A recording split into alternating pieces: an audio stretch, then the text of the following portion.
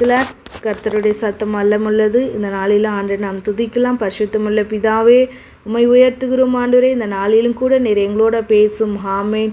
இந்த நாள் ஏசப்பா நமக்கு கொடுக்குற வசனம் அப்போஸ்தலர் 28ஆம் அதிகாரத்தில் 5வது வசனத்தை நான் வாசிக்கிறேன்.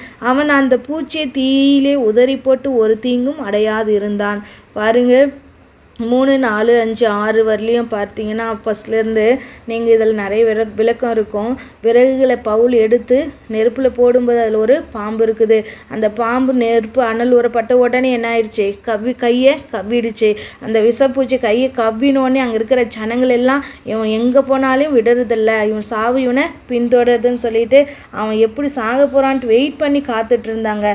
ஆனால் பவுல் செய்த காரியங்கள் என்ன?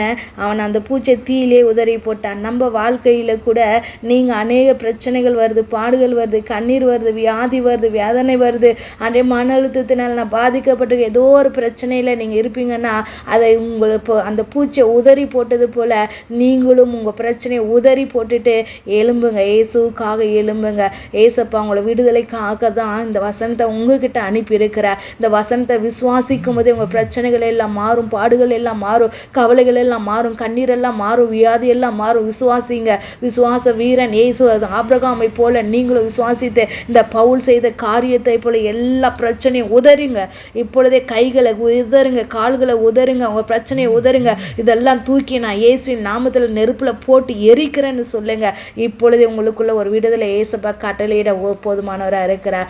ஏசப்பா சோத்திர ஆண்டவரே, கேட்டுட்டு இருக்கிற யாவர் மேலேயோ சகோதரிகள், சகோதரர்கள், முதியோர்கள், ஆண்டவரே சோத்திரப்பா, பிள்ளைகள் யாராக இருந்தாலும் கேட்கும்போதே அவங்களுக்குள்ள ஒரு விடுதலை கட்டளிடுங்கப்பா. அவங்க என்ன பிரச்சனையில் இருந்தாலும் இயேசுவின் நாமத்தில் எல்லாவற்றையும் அப்பா நெருப்புல எரிந்து போடும்படியா நான் ஜெபிக்கிறப்பா. விடுதலை கொடுத்த தேவனுக்கு சோத்திரம் உண்டாகட்டும்.